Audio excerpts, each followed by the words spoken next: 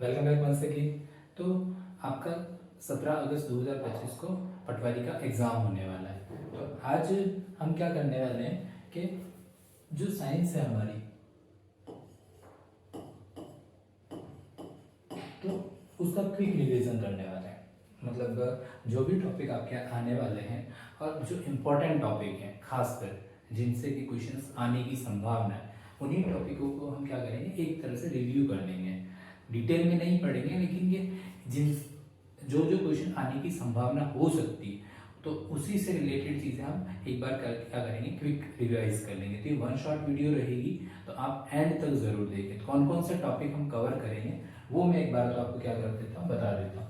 तो सबसे पहले हम जो बायो से रिलेटेड है, जीव विज्ञान से रिलेटेड टॉपिक है, उनमें हम देखेंगे मानव शरीर।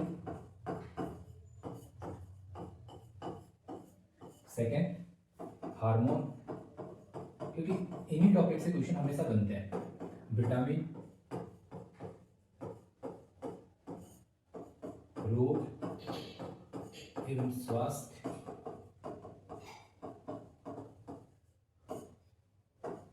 प्रकाश संश्लेषण,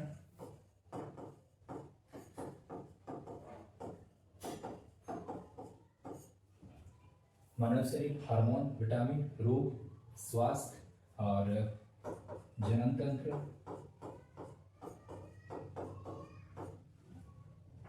ठीक है, तो ये कुछ एक टॉपिक हैं जो वेरी इंपॉर्टेंट है, जो एग्जाम में मतलब इनसे एक दो क्वेश्चन, एक एक क्वेश्चन हर टॉपिक से बनने की संभावना रहती है। सेकंड हमारे पास क्या है, फिजिक्स का पोर्शन है। तो फिजिक्स में हमसे कौन कौन से क्वेश्चन कहाँ से पूछे जाने की संभावना है। एक तो हमसे पूछे जाते हैं मात्रक से, कि ये किसका मात्रक है, जैसे धारा का मात्रक क्या है, बल का मात्रक क्या है, या फिर गति का मात्रक क्या है, तो उनसे क्वेश्चन बनते हैं, तो मात्रक से।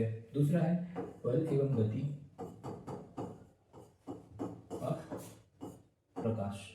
ये तीन टॉपिक तो हमें पढ़ने ही है, ठीक है। और नेक्स्ट टॉपिक है हमारे पास, नेक्स्ट टॉपिक है, नेक्स्ट है केमिस्ट्री। और केमिस्ट्री में लगभग क्वेश्चन जो बनते हैं वो क्या है, अम्ल एवं क्षार व लवण, परमाणु व अणु, रासायनिक अभिक्रिया एवं समीकरण, धातु अधातु। इनकी प्रॉपर्टीज से कभी कभी क्वेश्चन पूछ लेते हैं, धातु और अधातु, ठीक है।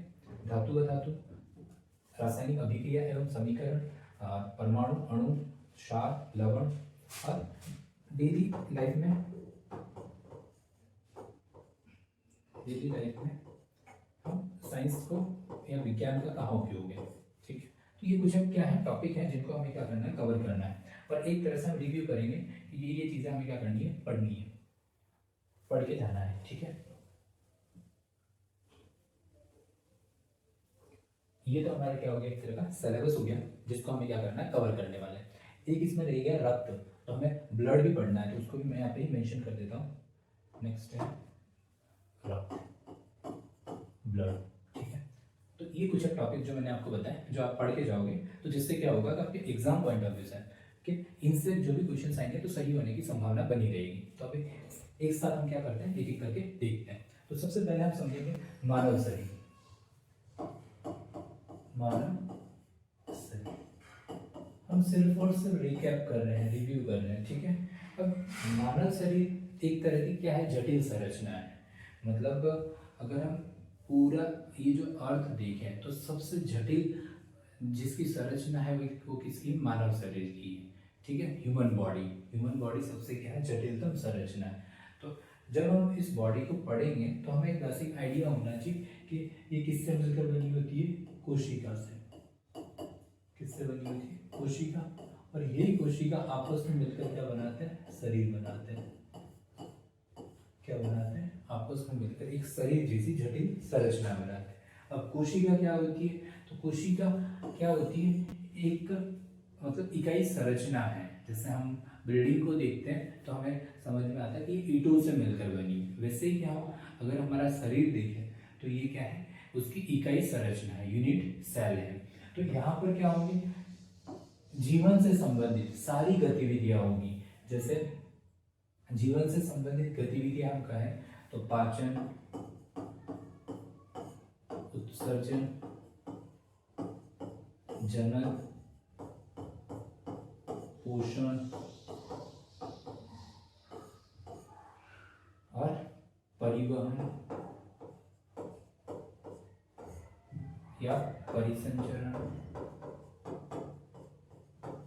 ठीक है, तो ये जीवन से संबंधित क्या है, गतिविधि। आप कह सकते हैं पोषण और पोषण, पाचन और सर्कुलेशन और उत्सर्जन, ये मुख्य क्या है। और एक और क्या है, श्वसन। कोई भी जीव अगर जीवित रहता है तो इन्हीं से क्या कर सकता है, ये गतिविधियां जो करेगा उसी को ही हम क्या कहेंगे, ये एक जीवित संरचना है। तो ये क्या है, एक कोशिका में क्या होती है, निहित होती है, तो उसको हम क्या कहते हैं, कोशिका कहते हैं। अब ये कोशिका क्या करती है कि एक तो इसी के आधार पर हम कहते हैं कि एक कोशिकीय जीव होते हैं। क्या होते हैं, एक कोशिकीय जीव। तो एक कोशिकीय जीव में तो क्या होंगे, ये सारे काम क्या हो जाएंगे, एक ही कोशिका के अंदर हो जाएंगे। तो हम इसको कहेंगे ये अमीबा, पैरामीशियम। तो इनमें क्या होता है कि जीवन से संबंधित सारी गतिविधियां एक कोशिका के द्वारा क्या कर ली जाती है, पूर्ण कर ली जाती है। जैसे कभी कभार हम घर पे अकेले रहें तो हम जैसे कि साफ सफाई का काम है, कुकिंग का काम है, या फिर के मतलब पढ़ाई का काम है, ये या फिर जो भी घर से रिलेटेड काम है वो सारे किसी सिंगल पर्सन के द्वारा किए जाते हैं। तो वो क्या हो गया, एक कोशिकीय। और वैसे ही हम अगर ज्वाइंट फैमिली की बात करें तो वहाँ पे हर काम को करने के लिए अलग अलग पर्सन क्या होते हैं, रेस्पॉन्सिबल होते हैं या जिम्मेदार होते हैं। तो जैसे कुकिंग के लिए मदर हो गई, और फाइनेंशियल या फिर जो भी क्या पैसा वगैरह कमाने के लिए फादर हो गए, और दूसरे जो काम करने उनके लिए अलग अलग मेंबर हो गए। तो इस तरह से जो काम किया जाएगा तो हम कहेंगे ये बहुकोशिकीय जीव है। तो उनको हम क्या करेंगे, बहुकोशिकीय जीव। ठीक है, बहुकोशिकीय जीव। तो अगर ये काम अलग अलग कोशिकाओं में होंगे तो हम कहेंगे ये बहुकोशिकीय जीव है, जबकि एक ही कोशिका में होंगे तो वो कहेंगे एक कोशिकीय जीव है। ठीक है, तो अब जब हम तो मानव के बारे में पढ़ रहे हैं तो हमें मानव किस प्रकार की संरचना, एक जटिल संरचना हमने स्टार्टिंग में ही देखा। तो जब अगर हम जटिल संरचना के बारे में बात कर रहे हैं तो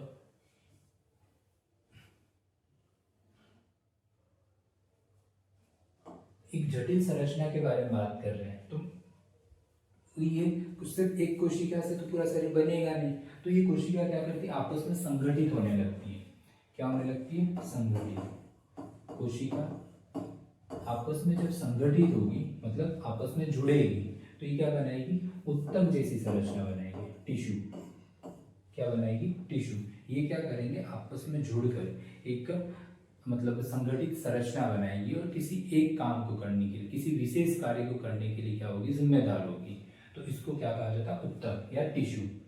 अब ये टिश्यू आपस में संगठित और आगे होंगे तो हम कहेंगे अंग जैसी संरचना बनाएंगे। क्या बनाएंगे, अंग। अंग जैसे हमारे ये नाक हो गया, फिर जैसे ये मुंह वाला पार्ट हो गया, जीभ हो गया, या फिर आंखें हो गई, ये हमारे क्या है, ऑर्गन है। तो ये क्या करते हैं, किसी विशेष कार्य को करने के लिए क्या होता है, रेस्पॉन्सिबल। लेकिन इनमें क्या होती है, अलग अलग प्रकार की कोशिकाएं मतलब अंदर विद्यमान होती है। तो इस तरीके से अंग जैसी संरचना बनती है, ऑर्गन। अभी यही ऑर्गन क्या करेंगे, एक सिस्टम बनाएंगे जो किसी बड़े कार्य को करने के लिए जिम्मेदार होगा। ठीक है, तो उसको क्या कहा जाएगा, अंग तंत्र सिस्टम, अंग तंत्र। अब अंग तंत्र में हम कैसे, जैसे हम कुछ नाम लिख सकते हैं। सबसे पहले पाचन तंत्र। अब पाचन तंत्र का काम क्या है, जो भी हम फूड लेते हैं, जो भी हम खाना खाते हैं, तो उसको हमें क्या करना होता है, डाइजेस्ट करना होता है, यानी कि उसका ब्रेक डाउन करना होता है, और उससे हमें क्या करनी होती है, ऊर्जा लेनी होती है। तो उस ऊर्जा को ग्रहण करने के लिए तो हम बाहर से हमने फूड को लिया, खाने एक तरह से मतलब आहार लिया, अब उस आहार का ब्रेक डाउन हुआ और शरीर में उसका जाके पाचन होगा, तो आवश्यक पदार्थों का अवशोषण होगा। तो किसके द्वारा किया जाएगा, पाचन तंत्र के द्वारा किया जाएगा। तो पाचन तंत्र। फिर ऐसे ही हमारे शरीर में एक श्वसन तंत्र होता है। क्या होता है, श्वसन तंत्र। अब ये श्वसन तंत्र क्या करेगा, तो श्वसन तंत्र क्या करता है कि वातावरण में जो उपस्थित क्या है, ऑक्सीजन है, उसको क्या करेगा, ग्रहण करेगा। और इस हमारे शरीर में जो उत्पन्न हो, मतलब एक तरह से क्या हो रही है, प्रोड्यूस हो रही है CO2, कार्बन डाइऑक्साइड, उसको क्या करेगा, रिलीज करेगा, यानी कि बाहर निकालेगा। तो इसी पूरी प्रक्रिया को क्या कहा जाता है, श्वसन कहा जाता है। और इसमें ऑक्सीजन को इंटेक किया जाता है और CO2 को बाहर निकाला जाता है। तो इसके लिए अलग अलग ऑर्गन क्या होते हैं, जिम्मेदार होते हैं। तो हम क्या कहते हैं, जैसे कि नाक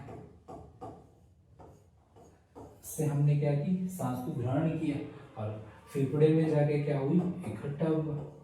फेफड़े क्या करते हैं, इनको एक तरह से कि जो भी के वायु है या फिर ऑक्सीजन है उनको फिल्टर करते हैं। तो इनका मुख्य काम कहाँ पे हो रहा है, फेफड़ों में हो रहा है। तो फेफड़े और नाक तक की पूरी जो प्रक्रिया होगी, तो उसमें अलग अलग क्या होंगे, अंग होंगे, वो सब मिलकर क्या बनाएंगे, श्वसन तंत्र बनाएंगे। इसी की तरह एक और होता है परिसंचरण तंत्र। परिसंचरण तंत्र, परिसंचरण तंत्र। अभी परिसंचरण क्या तंत्र क्या होता है, हमने सबसे पहले खाना खाया, फिर उसका मतलब जो भी ऊर्जा बनी, तो उसका क्या किया, वहाँ पर क्या होता है, जो भी कार्बनिक पदार्थ होता है उसका एक तरह से ऑक्सीकरण होता है। तो ऑक्सीकरण मतलब एक तरह से उसको ऑक्सीजन की उपस्थिति में दहन किया जा रहा है, तो जिससे ऊर्जा बनेगी। ठीक है, तो ये श्वसन में हो रहा था। अब जब ऊर्जा वहाँ से बनेगी तो उसको क्या किया जाता है, हर कोशिका तक पहुँचाया जाता है। वो काम किसके द्वारा किया जाता है, परिसंचरण तंत्र के द्वारा, सर्कुलेटरी सिस्टम के द्वारा। तो ये ट्रांसपोर्टर का काम करता है। अब ट्रांसपोर्टर में क्या होगा कि जो हमारे फेफड़े हैं वहाँ तक ऑक्सीजन आई। अब इस ऑक्सीजन को के हमारे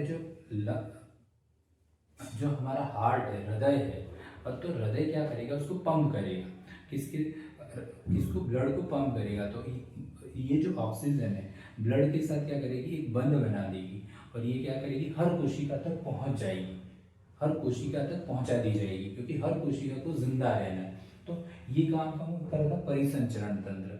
तो यहाँ पर एक नाम आएगा रक्त और एक आएगा हृदय, और इसी के साथ में क्या आएगी, वाहिनियां या वेसल्स, कोशिका। ठीक है, तो ये सब मिलकर क्या बनाते हैं, परिसंचरण तंत्र बनाते हैं। तो पाचन हो गया, श्वसन हो गया, परिसंचरण हो गया।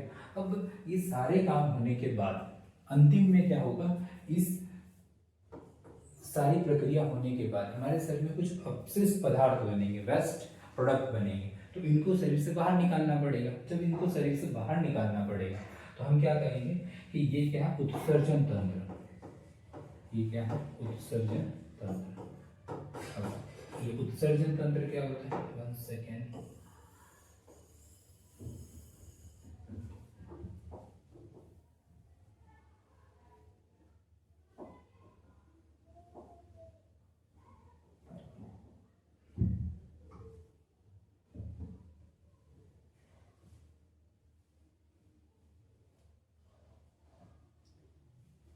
तो अब हम नेक्स्ट किसको देख रहे हैं, उत्सर्जन तंत्र को।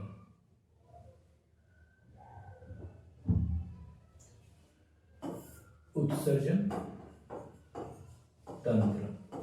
अब ये उत्सर्जन तंत्र क्या होता है, तो जो भी वेस्ट पदार्थ बना है तो उस वेस्ट पदार्थ को शरीर से क्या करना पड़ेगा, बाहर रिलीज करना पड़ेगा। या तो यूरिन के फॉर्म में हो सकता है या फिर यूरिया के फॉर्म में हो सकता है। तो ये अलग अलग इसके क्या है, रूप है। तो इसको हम क्या करते हैं कि हमारा जो गुदा वाला पार्ट है या शरीर में जो भी स्किन है, तो स्वेट के माध्यम से किसी किसी माध्यम से शरीर से क्या कर दिया जाता है, बाहर निकाल दिया जाता है। तो अब इसके लिए भी अलग अलग अंग क्या होंगे, जिम्मेदार होंगे। तो मलाशय में इकट्ठा रहता है, इसके बाद गुदा से बाहर निकाल दिया जाता है, इससे पहले किडनी होता है। तो ये सारे अंग मिलकर क्या करते हैं, एक तरह से उत्सर्जन तंत्र बनाते हैं। तो ये सब हमने क्या देखा, एक तरह से मानव शरीर को देखा। एक बहुत सारे तंत्र मिलकर क्या बनाते हैं, मानव शरीर बनाते हैं। तो अभी हमने क्या लिखा था, कोशिका, उत्तक, अंग और अंग तंत्र, और लास्ट में क्या आ जाएगा, शरीर। तो इसको हमने क्या कहा, बॉडी। ठीक है, तो बॉडी का एक तरह से हमने क्या देखा, स्वरूप देखा कि बॉडी बनती कैसे है। तो बॉडी कैसे बनती है, कोशिका से, फिर उत्तक, उत्तक से अंग, अंग से अंग तंत्र और शरीर। क्लियर है। तो ये चीज हो गई। इसी को हम थोड़ा सा और आगे कंटिन्यू करें तो अगर हमारी जो बॉडी है, हमारा जो शरीर है, तो उसका स्वास्थ्य मानव स्वास्थ्य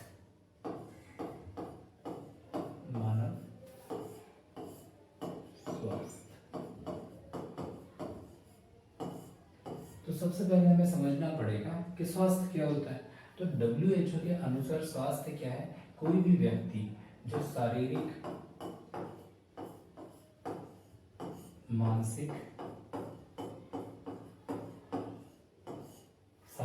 मानसिक और आर्थिक और सामाजिक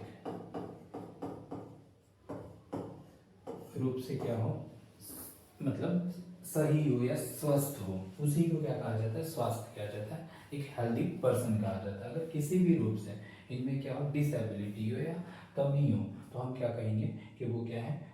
एक हेल्दी पर्सन नहीं है, वो फिर क्या है? रोगी है। क्या है? रोगी है।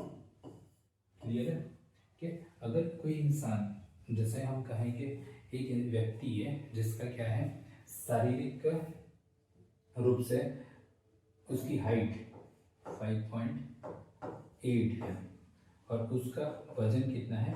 50 kg। तो अब क्या उसको हम हेल्दी पर्सन कहेंगे? तो नहीं कहेंगे। क्यों नहीं कहेंगे? कि एक आइडियल जो वेट माना जाता है तो वो उसका क्या होता है? उसकी वेट हाइट का 10 टाइम्स माना जाता है। तो लगभग इसका वेट कितना होना चाहिए? 60 kg।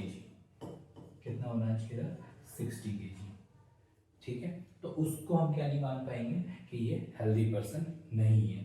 वैसे ही हम मानसिक तौर पे देखें तो मानसिक में क्या होता है कि वो अपने इमोशंस को या उसका जो व्यवहार है उसमें क्या हो कि एक तरह का संतुलन हो, वो अननेसेसरी कि गुस्सा या फिर उसका जो, तो उन पर कंट्रोल होना चाहिए। तो उसका, तो उसको हम क्या कहेंगे कि अगर ऐसा नहीं कर पा रहा है तो फिर वो क्या है कि मानसिक रोगी है। ठीक है, फिर सामाजिक, तो सामाजिक में, समाज में रहने के लिए भी सामाजिक जो दबाव है उनको एक तरह से क्या करना होता है? संतुलित करना होता है।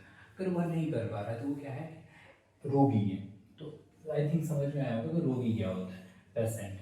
तो इससे पहले हम एक चीज समझते हैं कि रोग क्या है। तो रोग क्या है? शरीर की एक ऐसी अवस्था जिसमें शरीर क्या नहीं कर पाता? सही तरीके से काम नहीं कर पाता, तो वो क्या है? रोग है। और जिस व्यक्ति में ये चीज दिखाई दे रही है वो क्या है? रोगी है। ठीक है, अब रोगों का जिसमें अध्ययन किया जाता है उसको कहा जाता है पैथोलॉजी। जिस शाखा में इसका अध्ययन किया जाता है उसको क्या कहा जाता है? पैथोलॉजी। ठीक है, और जो रोगों को फैलाता है या जिसकी वजह से रोग होता है तो उसको कहा जाता है पैथोजन। क्या कहा जाता है? पैथोजन। ठीक है, पैथोलॉजी और पैथोजन। क्लियर है? और रोगों के कारणों का अध्ययन इटियोलॉजी कहलाता है। क्या कहलाता है? इटियोलॉजी। रोगों के कारणों का अध्ययन, रोगों के कारणों का अध्ययन, ठीक है। तो रोग क्या है? तो रोग क्या है? शरीर की एक ऐसी अवस्था जिसमें शरीर सही से काम नहीं कर पाता। रोगी क्या है? जिसमें ये लक्षण दिखाई दे। और पैथोलॉजी क्या है? एक ब्रांच है, शाखा है जिसमें रोगों के बारे में अध्ययन किया जाता है। और ये जो परिभाषा है वो किसके अनुसार है? WHO के अनुसार। कोई भी व्यक्ति जिसमें शारीरिक, मानसिक, आर्थिक और सामाजिक रूप से संतुलन हो वो क्या है? स्वस्थ व्यक्ति है। और रोगों के कारणों के बारे में अध्ययन क्या कहलाता है? कि इटियोलॉजी कहलाता है। ठीक है, तो ये चीज हमने देखी। अब हम थोड़ा सा और इस चीज को हम देखें, रोग कितने प्रकार के होते हैं। हम सिर्फ और सिर्फ एक तरह से क्या कर रहे हैं? रिवाइज कर रहे हैं। तो हम तो डिटेल में भी नहीं देखेंगे।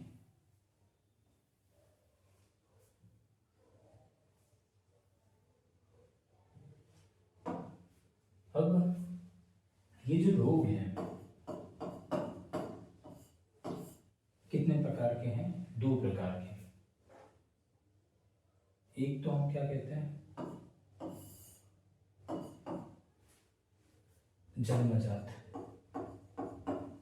इननेट, और एक कहा जाता है अर्जित, एक्वायर्ड। ठीक है, जन्मजात रोग और जन्मजात इननेट रोग क्या होते हैं, या फिर आप इसको कह सकते हो आनुवंशिक रोग। आनुवंशिक रोग,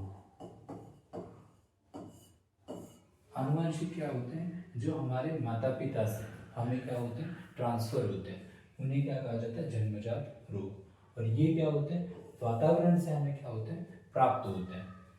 ठीक है, तो जब हम आनुवंशिक रोगों में कुछ नाम देखते हैं, जैसे हीमोफीलिया हो गया,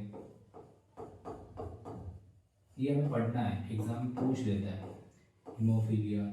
इसके बाद वर्णांध, sickle cell anaemia, sickle cell anaemia.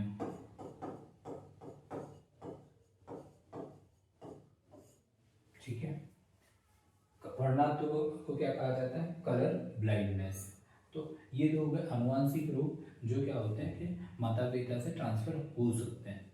अर्जित रोग क्या होते हैं, अब अर्जित रोग हमारे पास एक तो होते हैं संक्रमण और दूसरे असंक्रामक। संक्रामक और असंक्रामक।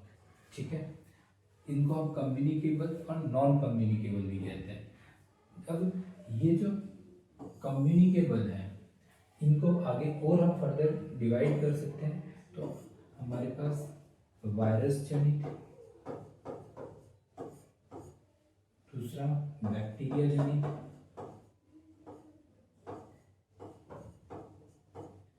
और कवक जनित, और प्रोटोजोआ जनित। ये क्या है, इनके वजह से ये क्या होते हैं एक तरह से फैलते हैं, या तो वायरस से हो सकते हैं, या बैक्टीरिया से, प्रोटोजोआ से, कवक से हो सकते हैं। दूसरे असंक्रामक क्या होते हैं, जैसे कैंसर हो गया, मधुमेह हो गया, लाइफस्टाइल डिजीज, कैंसर, मधुमेह, मोटापा।